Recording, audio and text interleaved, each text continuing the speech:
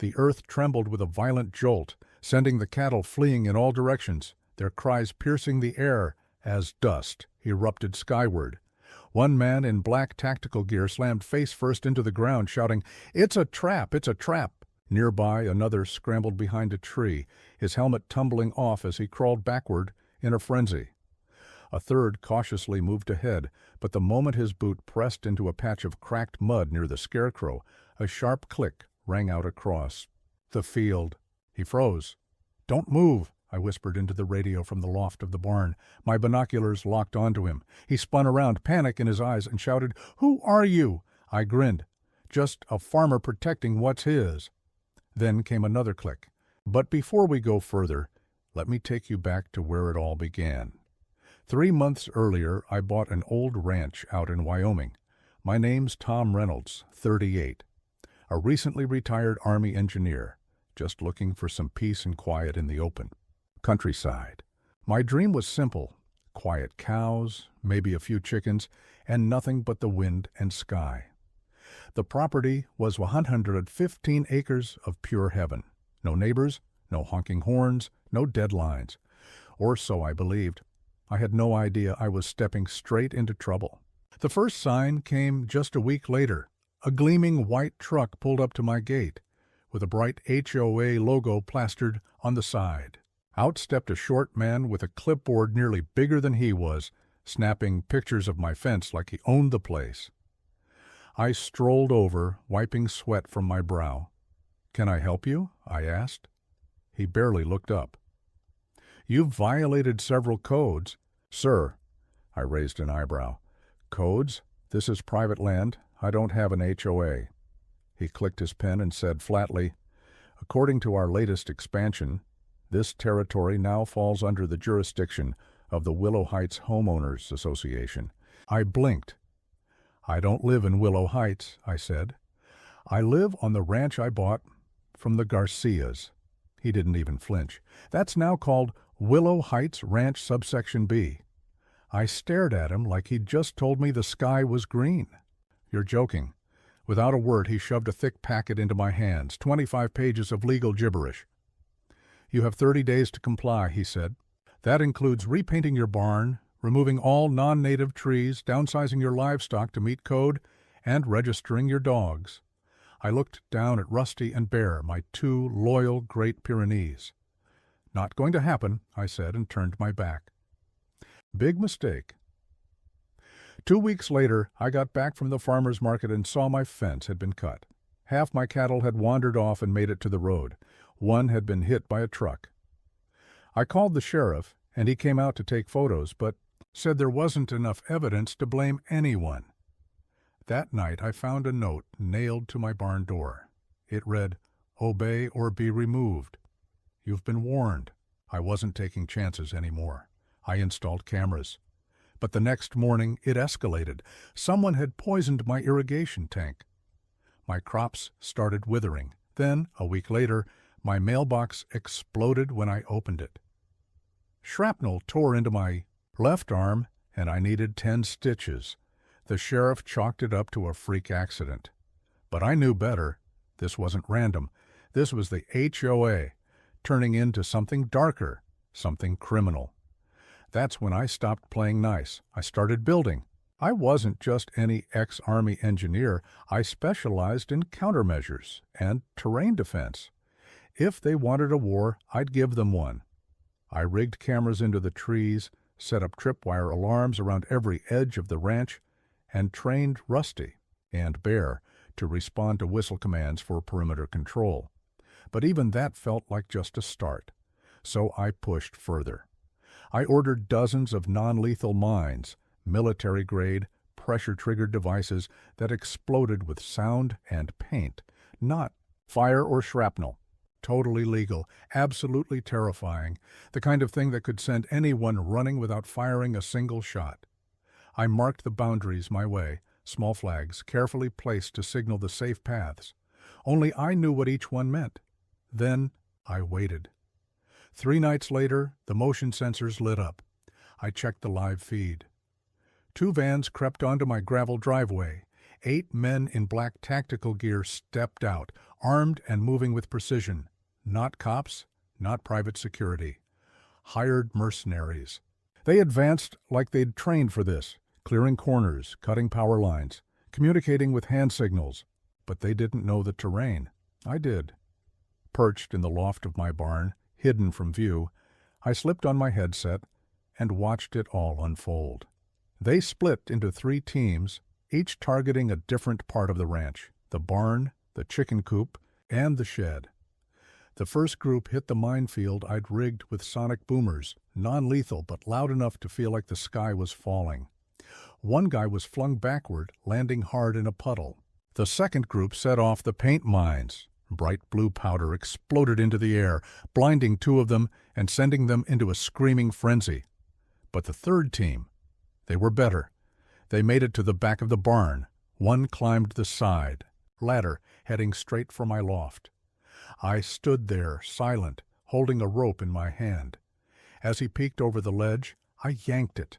A massive net dropped from the rafters, yanking him off balance and sending him crashing into a pile of hay. He didn't get back up. Panic set in. The others started shouting, scrambling, looking for cover, and then, in the distance, headlights appeared, bigger, brighter. A new player. A black SUV rolled up the road and parked near the gate. I zoomed. In through my binoculars, my jaw clenched. It was the clipboard guy. Only this time, he wasn't holding papers. He stepped out holding a shotgun. He barked an order, "Get him out now!" That's when I pressed the red button on my wristwatch. My final card. The creek dividing the north side of the ranch from the east had an old wooden bridge, one I hadn't used in weeks. I knew they'd try it. I'd been waiting for it. The last team made a break for it, sprinting toward the bridge. As the third boot hit the middle plank, kaboom!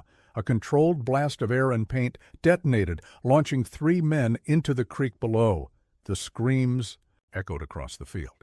The SUV's driver, the HOA leader, stood frozen, his mouth wide open. That was my moment. I activated the loudspeaker, my voice booming from hidden speakers across the ranch. "Leave my land." He looked straight at the barn. "You're making a mistake," he shouted. "This is bigger than you." I leaned forward and yelled back, "And you're trespassing on federal soil." That part was true. A corner of my ranch, barely a few acres, was technically under federal grazing rights, according to the last public survey. I'd already sent a formal report to the Bureau of Land Management. If these guys made a move without the proper authorization, they weren't just harassing me, they were committing a federal offense. He raised his radio and barked something sharp and urgent. Seconds later, the remaining men fell back behind the SUV. Then, more headlights appeared at the top of the ridge, this time flashing red and blue. 3 county patrol trucks rolled in, tires crunching over gravel, forming a barricade across the road. For a moment, everything went still. Then, the loudspeaker cracked. "Everyone on the ground! Hands where we can see them!" The hired guns froze, their bravado draining fast. They exchanged nervous glances, then slowly dropped their weapons and dropped to the dirt. But before I could breathe easy, a low, steady beep echoed from my earpiece, a motion sensor. I hadn't expected it to trip, not that one. I whipped around and checked the screen. Movement, inside the house. Someone was already in and not through the front door. Whoever it was had bypassed all the outer defenses. They knew the terrain. They knew me. Sliding down the loft ladder, I felt the heat build in my boots as I rushed to the ground. Rusty and Bear were barking like mad, circling. The barn door, confused and agitated. I grabbed my flashlight and sprinted low across the yard, adrenaline sharpening every sound, every shadow. Whoever was inside hadn't triggered any mines or alarms. That meant they knew the layout.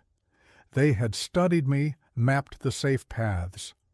Slipped into the storm cellar and crawled through the narrow tunnel I had dug months ago, a hidden path that led straight to the pantry of the main house. Flashlight off, I moved by memory, hand on the wall. I emerged into the pantry just behind, the kitchen. The house was quiet, too quiet, except for the slow, deliberate steps creaking across the floorboards upstairs. One person, Heavy boots. I reached into the shelf beside the sink and grabbed a flare gun. Non-lethal, but up close it would be enough to disorient. Long enough to end this. I crept up the stairs, slow and careful, each step groaning under my weight. At the top I saw the faint glow coming from my bedroom. The door was cracked open, the light flickering just enough to show movement inside. I took a breath, steadied the flare gun, and nudged the door open with the toe of my boot. A woman stood in the center of my bedroom, dressed in a black tactical jacket, flipping through my documents with a flashlight in one hand. A pistol was holstered at her side, and a body cam blinked steadily on her chest. Her badge read, Private Enforcement Officer, Willow Heights HOA. She turned at the sound of the door and locked eyes with me. Before she could make a move, I raised the flare gun. "Don't move," I said. She froze, clearly surprised but keeping her composure. "You're Tom Reynolds." "Last I checked," I replied.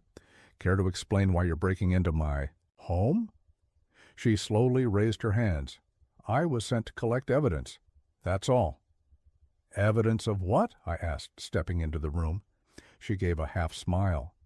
"Of your resistance to HOA authority." I almost laughed. "Lady, you just committed a felony. You attacked hired enforcement officers. They were armed and trespassing on my land. I defended myself." "You set traps." I nodded. "All legal, nothing lethal. Want to check the code book?" Her expression tightened. The smirk faded. She shifted her stance, less confident. "Now, I know what you're doing," she said. "You think if you make this loud enough, messy enough, someone will step in. But the HOA owns half the officials in this county." I took a step closer. She didn't flinch, but she didn't respond either. "I've got cameras recording satellite data, all of it already uploaded and sent to my attorney, 2 local news outlets, and 3 veteran watchdog groups." Her jaw clenched. "Now," I added, "you've got 2 choices, walk out or get dragged out when the sheriff gets here." She glared at me, then slowly backed toward the door. "You'll regret this," she muttered. "No," I said quietly. "I think you will." Just then the front door slammed open downstairs. "Tom!" a familiar voice called. "It's Deputy Harris." I let out a breath. "Upstairs!" I called back. Moments later, Harris appeared with 2 deputies behind him. They didn't waste time, cuffed the woman, and led her out without a word. Outside, the yard looked like a war zone. Deputies had rounded up the intruders. Some were limping, one had a nose that looked freshly broken, and a couple were covered in paint and mud. One guy, the one who'd frozen near the scarecrow, sat, shivering against the fence. "That was not worth the paycheck," he whispered. Deputy Harris walked up to me, eyes wide. "Tom," he said, shaking his head, "what the hell happened here?" I handed him the HOA notice and the marked-up property. Map edges still crumpled and mud-streaked. "They came with weapons," I said. "I defended myself and my ranch. Everything's documented. My cameras had it all." Harris nodded slowly. "We'll have to file a full report, obviously, but from what I can see, this was unlawful entry. You think," I said, motioning to the chaos around us. "This is the 3rd attack in 2 months." He raised an eyebrow. "3rd?" I laid it all out for him. Every cut fence, every poisoned tank, the mailbox explosion. He listened in silence, his expression darkening as I spoke. "This is way above my pay grade," he muttered when I finished. "I'm going to need to get the state involved." "Do it," I said. Meanwhile, the clipboard guy from the HOA was getting loaded into the back of a cruiser. He stared at me with eyes full of venom, like he wanted to burn a hole through me. I didn't flinch, just stared back until the door slammed shut. Then I went inside and finally let myself sit down. My hands were shaking. I was exhausted, but I was alive. The next day was quiet. No trucks, no threats, no HOA agents lurking at my gate. I kept the cameras running and all my defenses active, but for a moment the storm seemed to pass. Until evening. That's when the internet cut out. Just like that. Gone. No storm, no outage. Check the network map. My neighbors still had service. I reset the router. Nothing. Then I went out to check the physical line. It had been sliced clean through. Deliberate. Later that night, my water pressure dropped to a trickle. I grabbed a flashlight and headed for the pump house. It was flooded. Someone had opened a valve just enough to slowly leak for hours, maybe, all day. It was subtle, quiet, but it was sabotage. They were back.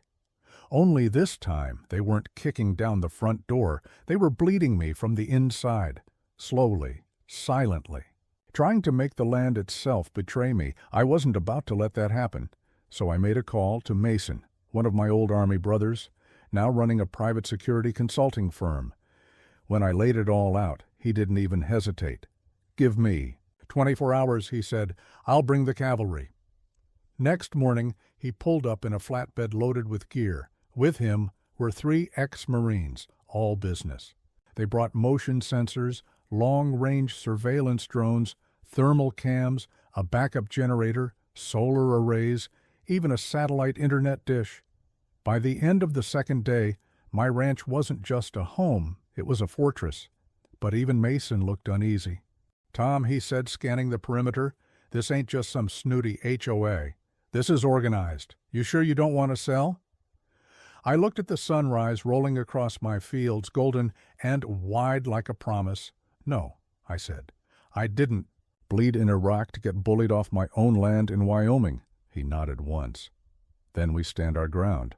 And that night, just past midnight, one of the drones buzzed quietly and lit up the South Ridge. Movement. I knew how these things worked. Investigations took time. Paperwork got lost. Evidence went missing. And people like that HOA'd clown had deep pockets and deeper connections. Deputy Harris was trying his best, I could tell. But this was bigger than county lines now. As his team loaded the cuffed intruders into vans, I walked back to the porch where the jerry can had rolled under. My foot tapped against it, and I just stood there a second, breathing hard, trying to wrap my head around how far this had gone. This wasn't a code violation. This was a war of attrition, a message wrapped in gasoline and lit with corruption. Mason walked up beside me, his rifle slung low, eyes scanning the tree line like he couldn't shut off the switch. "You were right," he said quietly. "This isn't about land anymore. This is about power," I nodded. "And I'm not giving it up." Behind us, Bear and Rusty lay panting, flopped over like battle-hardened veterans. I knelt to scratch their ears. They were tired. I was tired. But giving in wasn't an option. That night, Mason and his guys stayed up in shifts. We ran the drones on patrol loops, reinforced the gate, set up motion lights in a full perimeter arc. By dawn, the ranch looked more like a forward operating base than a homestead, and still, the silence was louder than any siren. The next morning, a black SUV with government plates rolled down my gravel road. Not HOA, not county. This time it was someone new. A tall woman in a gray suit stepped out, flanked by 2 plainclothes agents. She flashed her credentials. "Mr. Reynolds," she said. "I'm Agent Prescott, Department of Interior. May we talk?" I looked at her, then at Mason, then back at her. "That depends. You here to help or to bury this?" She didn't flinch. "Let's just say there are some very high-level people who want to know why a housing association has its own paramilitary wing." That's when I finally let my guard down just a little. Maybe the tide was turning. Maybe the story wasn't just mine anymore. I stepped aside and gestured toward the porch. "Ma'am," I said, "you're going to want some coffee for this." 1. No gear, just 3 figures in plain clothes, walking with purpose, hands empty, toward the eastern gate. Mason was already awake, crouched in the living room, scanning the drone feed on the tablet. "They're not armed," he said, squinting. "That we can see." I leaned over his shoulder. The 3 figures were spaced evenly. Calm, too calm, like they wanted to be seen. I toggled the thermal overlay. No weapons, no hidden heat signatures. Just 3 bodies out in the open. But my gut said something else. We watched as they stopped 10 feet from the gate. The one in the center raised his hands slowly. Then he pulled something from his coat. A folder. He placed it on the ground. Stepped back and stood still. Mason looked at me. Bait? Always. We approached slow, me, Mason, and Daniels, one of his ex-Marines, with Rusty at our side. The morning fog was still thick, and the grass was wet beneath our boots. I had my sidearm holstered, but unlatched. We stopped 20 feet out. The man, in the middle, tall, thin, with silver hair and dark glasses, smiled like we were old friends. "Mr. Reynolds," he called, "this is a peace visit." "You brought the wrong message," I said, nodding at the folder. "No threats. No weapons, just information." He motioned toward the papers without moving closer. "You want to know who we are? You want to understand why this is happening? It's all there." I stared him down. "Who are you?" He tilted his head. "We're not the HOA." "Not really, that's just a shell. We're part of a private equity group. The land you sit on sits atop an aquifer projected to become one of the most valuable water sources in the western U.S. in the next 10 years.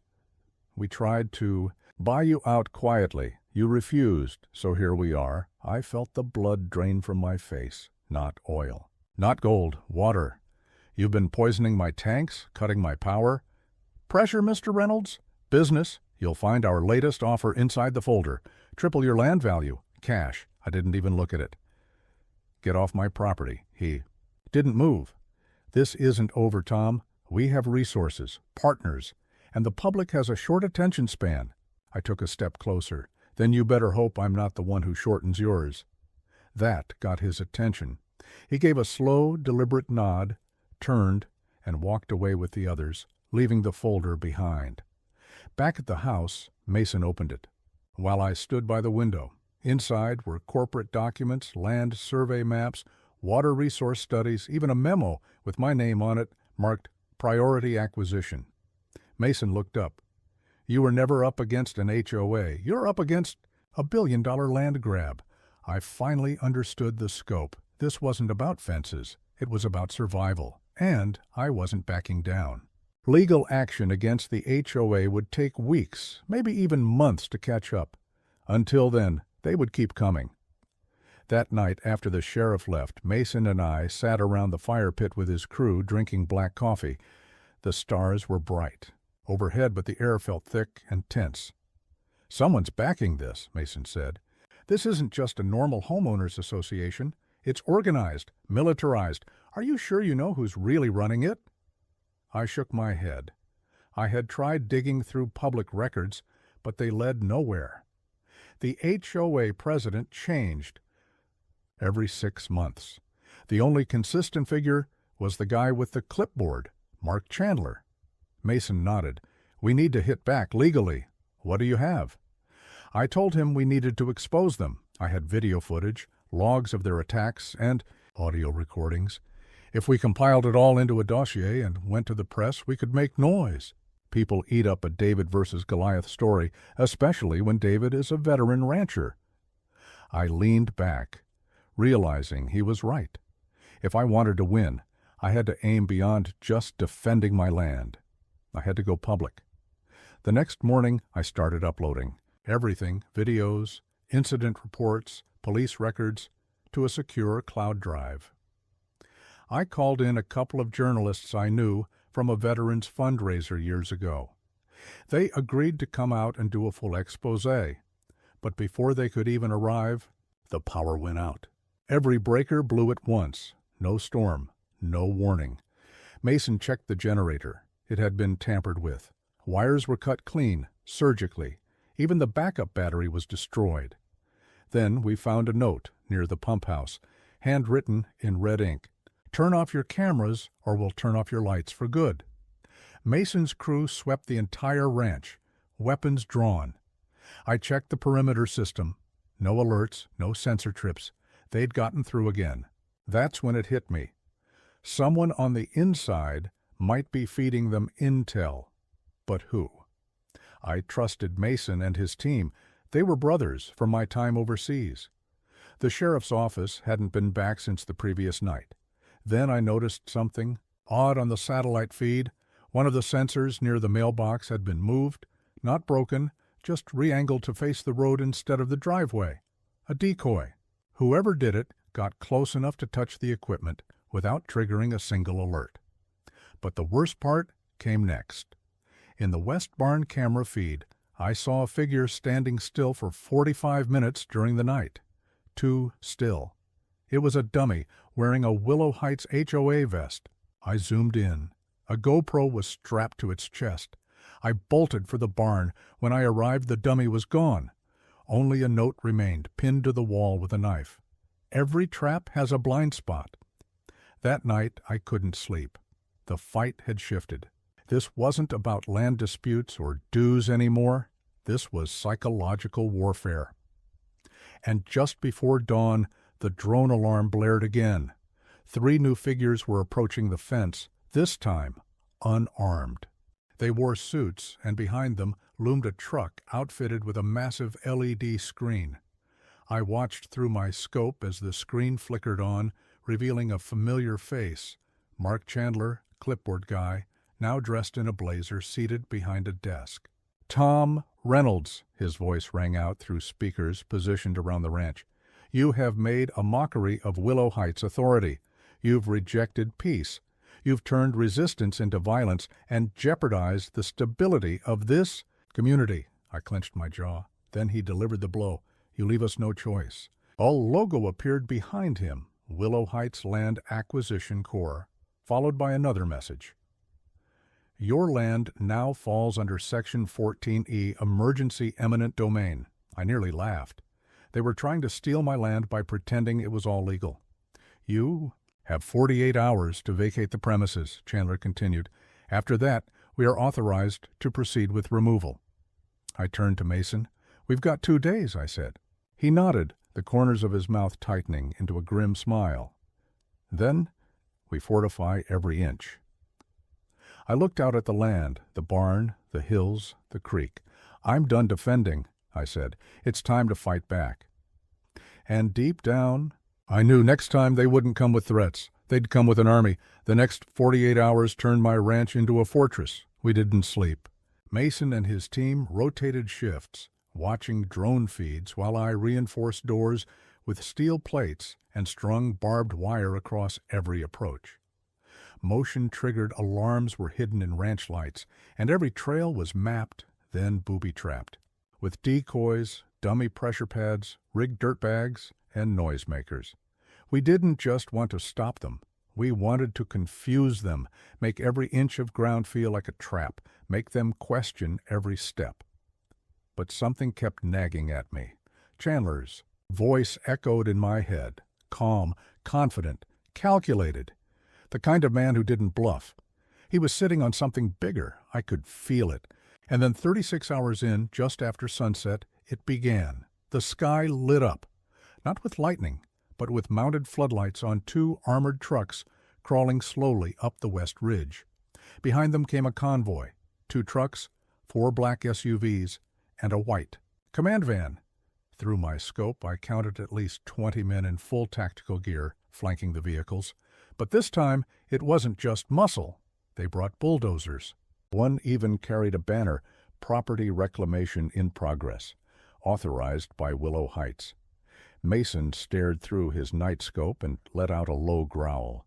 "They're really going to try it. Let them," I said. "Let's make them regret ever stepping foot on rancher land." The first bulldozer hit the outer fence. Wood exploded like splinters, and the metal gate folded in on itself. Still they pressed forward, steady and slow.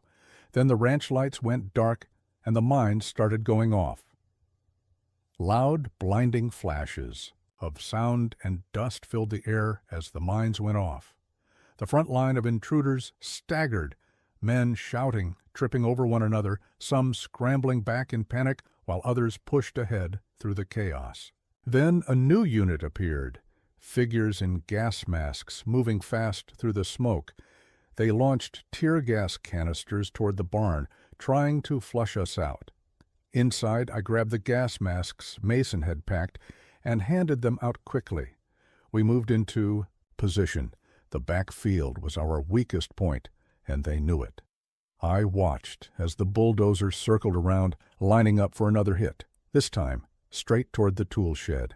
What they didn't know was that I'd buried a little surprise out there. I called it the rattlesnake, shallow noise-triggered canisters packed just under the grass, rigged to blow when heavy equipment passed over them.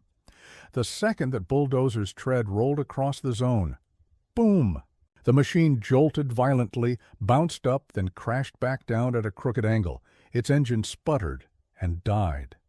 Smoke hissed from the side, and the driver stumbled out coughing, covered in blue powder and bits of hay.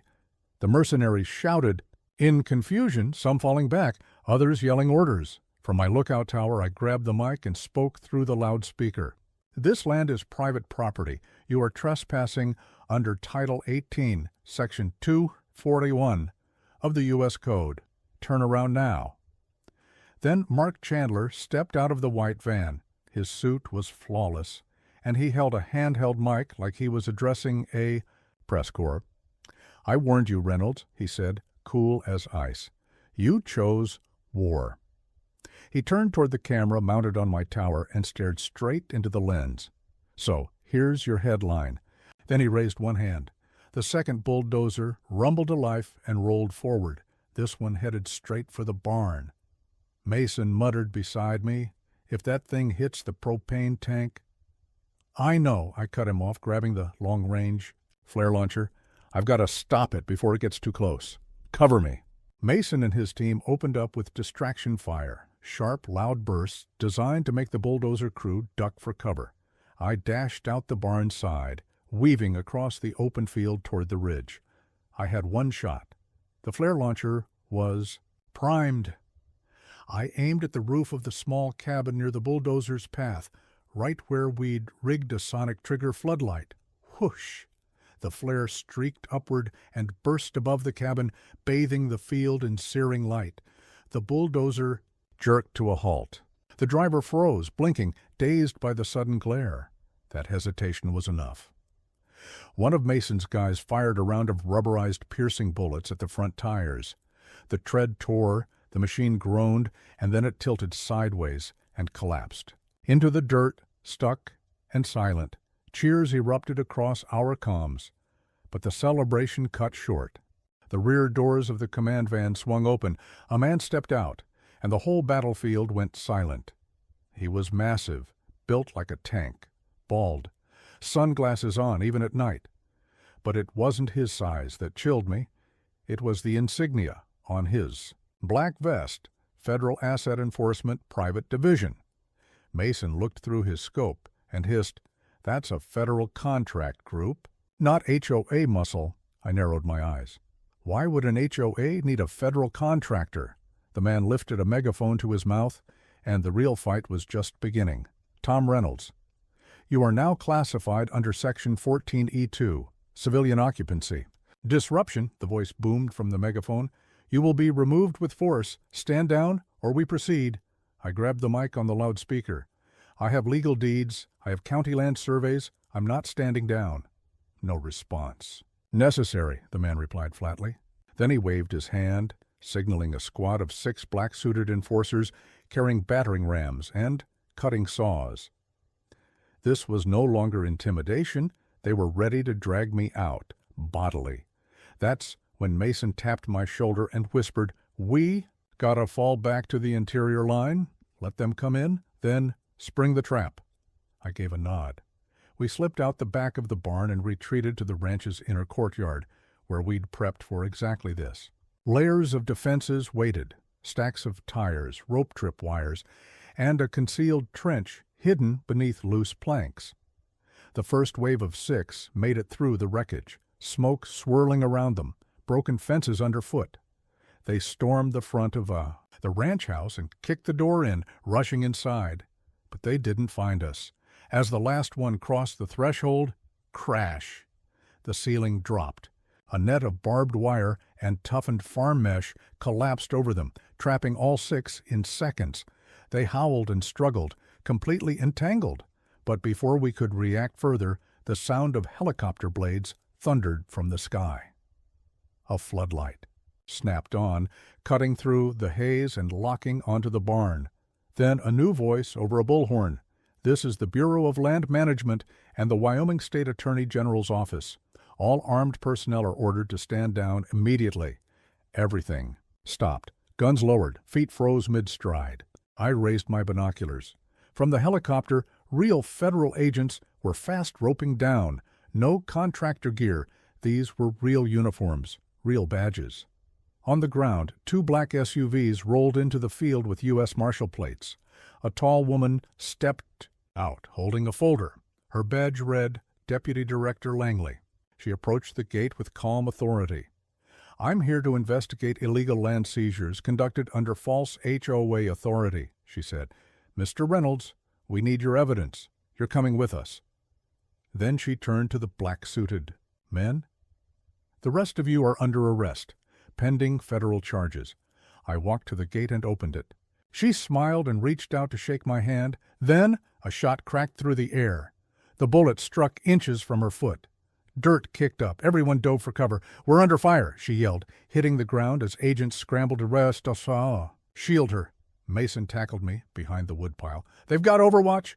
"From where?" I shouted, but deep down I already knew. The grain silo. That damn silo had sat in the background for days, unsearched. My gut twisted. "They've had someone up there the whole time. I'll take it," Mason started to say, but I cut him off. "No, that's my land, my silo. I'm ending this." He locked eyes with me, then nodded. No more words. I bolted across the courtyard, hunched low behind the tractor as another shot rang out and pinged off the barn's tin roof. No more warning shots. This was aimed to kill. Langley's agents moved fast, spreading out, weapons up, eyes scanning the high points. But the shooter had the advantage, perfect cover and a clean line of sight over the entire ranch. If we didn't stop him now, someone was going to die. I cut through the livestock pen, circled the chicken coop, and reached the silo's base. Now it was just me and whoever was inside. I paused and listened. Another gunshot rang out, this time hitting the Fed's SUV and shattering its rear window. Gritting my teeth, I began climbing the ladder on the side of the silo, taking it one rung at a time, slow, silent. About 3/4 of the way up, I froze. Just beneath the metal dome, a wooden platform had been rigged and camouflaged with feed sacks and canvas. A man lay on it, prone, dressed in tactical gear with a silenced rifle, scanning the area through a scope. He hadn't noticed me yet. I climbed the final rungs quickly, heart pounding, then leapt onto the platform and tackled him. We slammed into the silo wall, his rifle skidding across the planks. He drove an elbow into my side. I gasped, but held on. He reached for a knife strapped to his thigh, but I grabbed his wrist and smashed it against a metal support beam. "Who sent you?" I shouted, voice raw. He didn't answer, just snarled and spat in my face. "Bad move." I pulled the flare launcher from my belt and jammed it under his chin. "Talk, or I light up your head like a bonfire." His eyes went wide. He hesitated. "Chandler," he croaked. "Mark Chandler. Not just the head of the HOA. He was working with Horizon Assets." I frowned. What was Horizon Assets? He turned his face away. "They buy land, force out the owners, flip it to foreign investors, clean the records, and hide the money. Chandler's just the front man." "Why my land?" "Underneath your ranch," he whispered, "is a newly discovered lithium vein. You're sitting on billions." My blood ran cold. That's why they came so hard, why they risked federal charges. This wasn't about fences or HOA fees. It was about control, power, and resources.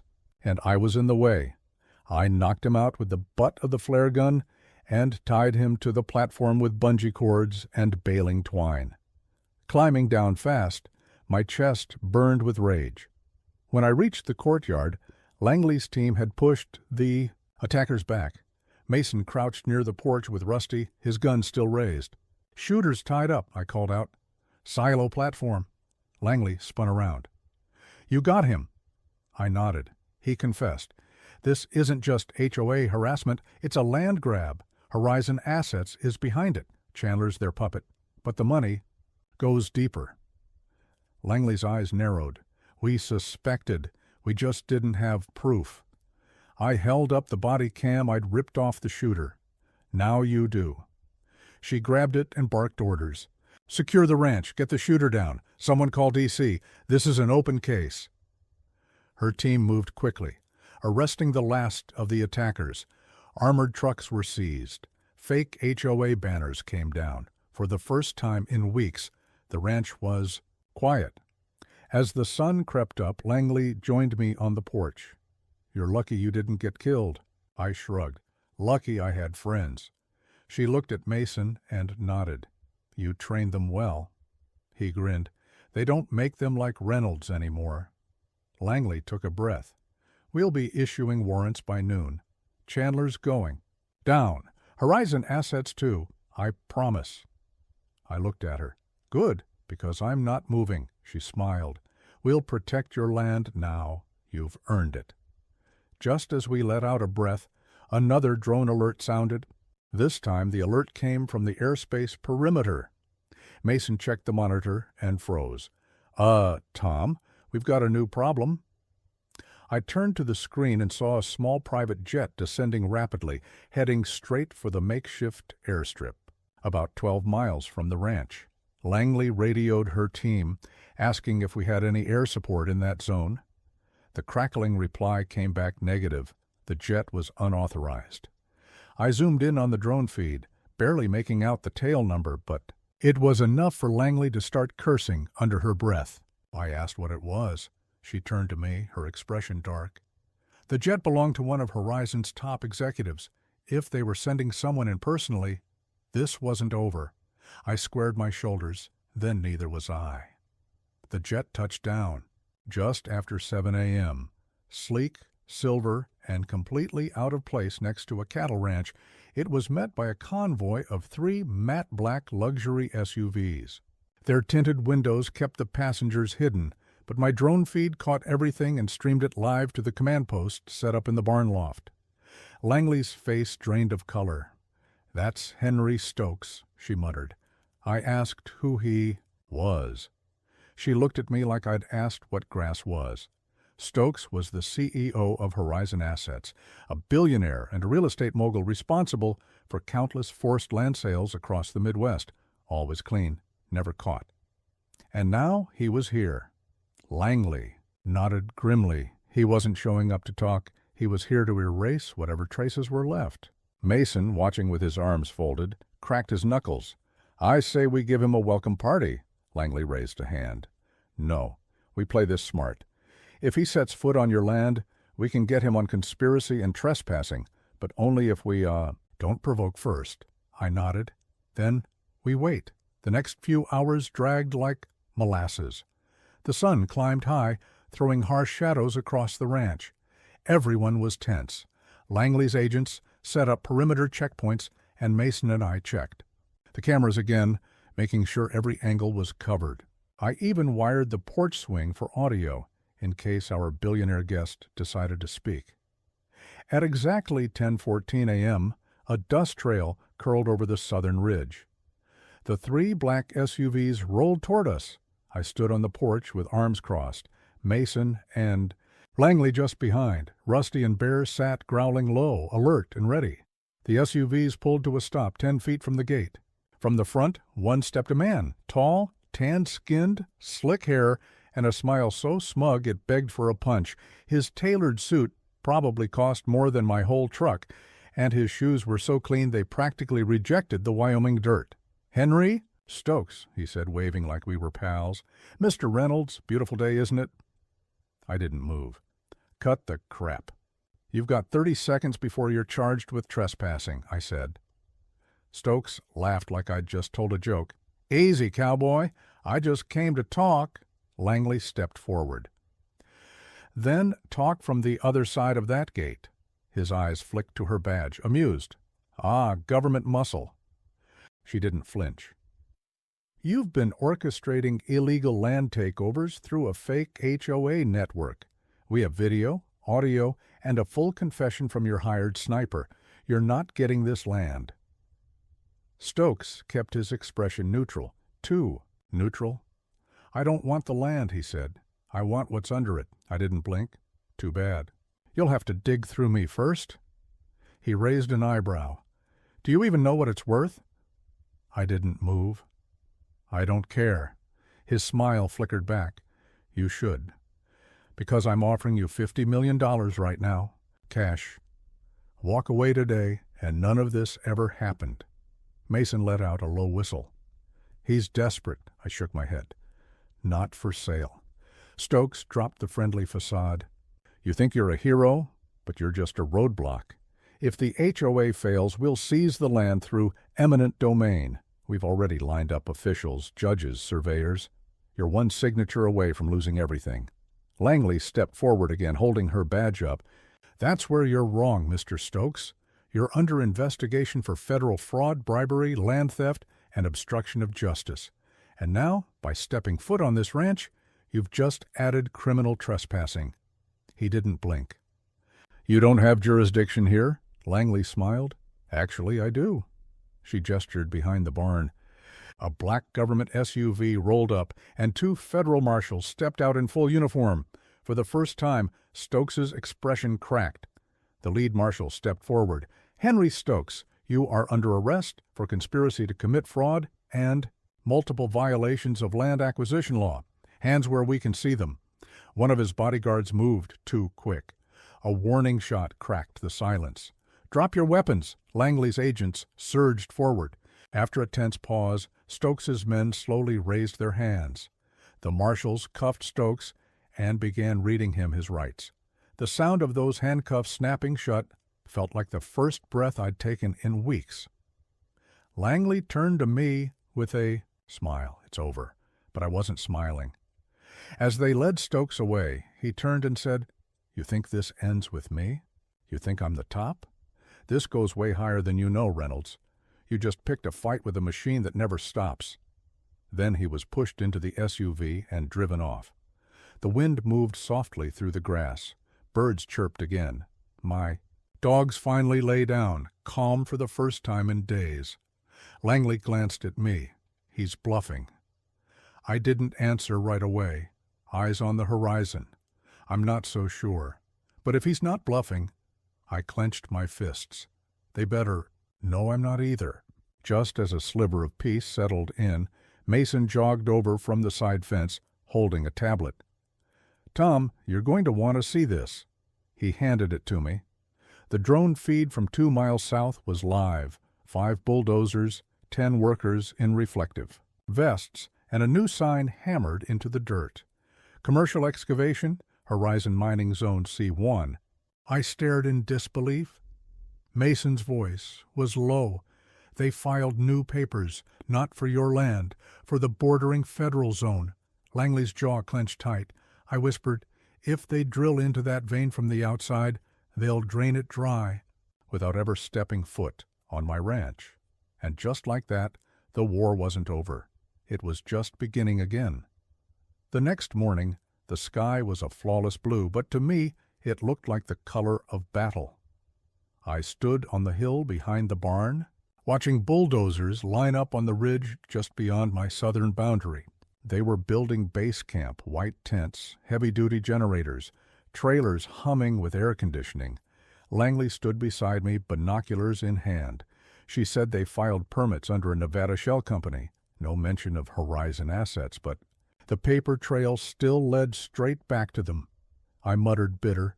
They're going to siphon the lithium right from under me, just outside the line, skirting the law. Langley nodded. They'll tap into the vein and drain it dry, legally. You can't stop them unless the drilling directly affects your land. I looked at her. And who decides that? Her answer was quiet. The Bureau of Land Management. It'll take months, maybe years. I don't have months. Langley gave me a warning look. You're not thinking of going down there? I'm thinking, I said, that sometimes the only way to be heard is to be louder than bulldozers. That night, I put the word out. To every veteran I'd ever served with, to ranchers, journalists, environmental activists, anyone who gave a damn about land and legacy.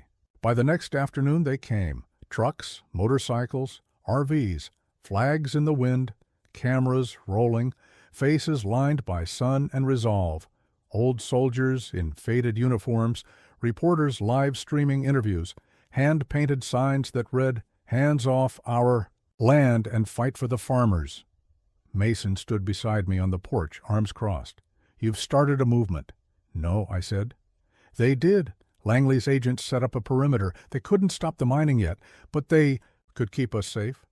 We lit bonfires, gave interviews, and let the world see the fight playing out in the quiet heart of America. By day 3, a CNN drone circled overhead. By day 5, the mining crews stopped digging and started putting up barriers to block the cameras. On day 7, the governor of Wyoming called for a full review of land acquisitions and mineral rights. And on day 8, a convoy of black SUVs rolled up the dirt road again. This time, they weren't Horizon. They were from Washington. The man who stepped out was older, silver-haired, flanked by Secret Service. Langley's jaw dropped. "Is that who I think it is?" It was the Secretary of the Interior. He climbed the porch steps and offered his hand. "Mr. Reynolds," he said, "you've stirred up quite the storm." "Just trying to protect what's mine," I replied.